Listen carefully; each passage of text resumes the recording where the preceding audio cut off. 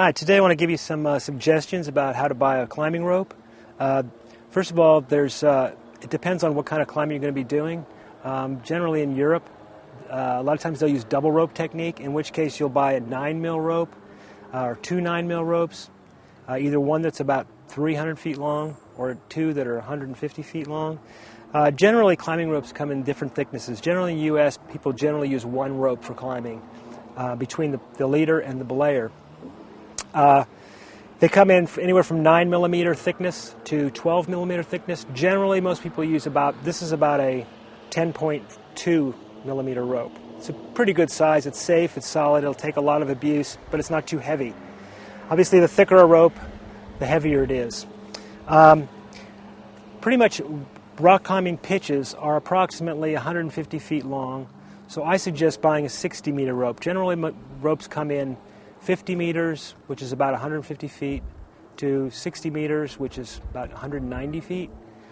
You can get 70-meter ropes, which is over 200 feet.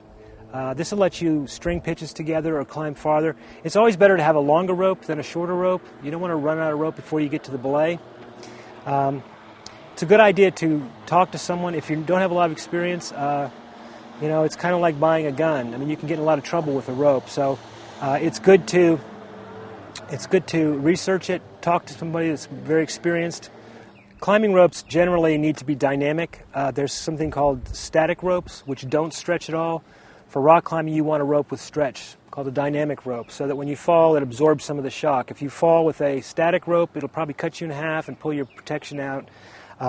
And most all climbing ropes are kern mantle, as opposed to braided. These are they have a sheath and they have a core. The core is a series of hundreds of nylon strands, and then the outside is woven. Basically, the outside is just a cover to protect the core of the rope. And you can always tell, whenever you get ready to use your rope, you should run your fingers through it to make sure that there's no tears in it. And always inspect your rope on a regular basis.